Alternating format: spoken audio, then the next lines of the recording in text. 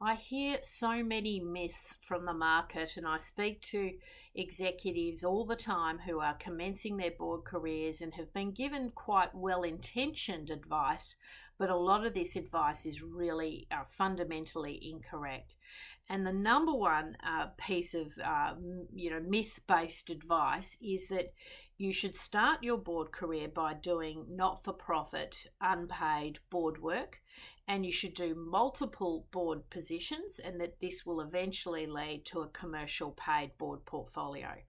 I cannot tell you how wrong this advice is, and it is tripping a lot of executives up, particularly female board directors. Aspiring female board directors are being told, just go and serve on all of these not-for-profits and get started with your board career.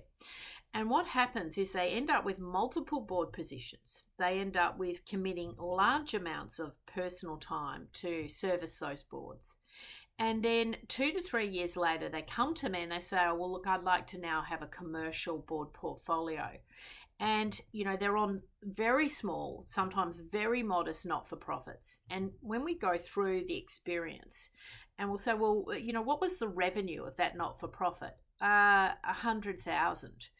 You suddenly start to realize that you've given up all of this time for a very tiny not-for-profit that could barely pay the bills and didn't really achieve very much. And so it's a complete myth that this experience is valid. Now, I'm not trying to talk you out of serving on not-for-profit boards, because I do think it can be a very valid part of a career journey, and it's also very valid in terms of giving back to the community.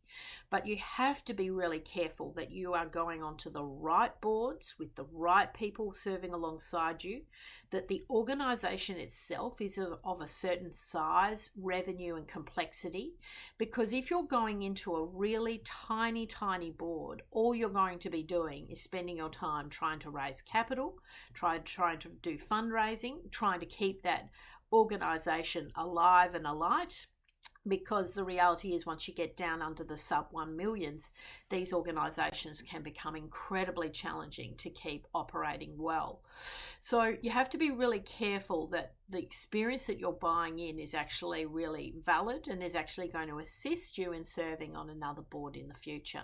My advice would be to maybe do only one strategic not-for-profit and one small commercial board, and that could be an upstart, a startup type business, it could be a small private company, or it could be a small government board, maybe a statutory body.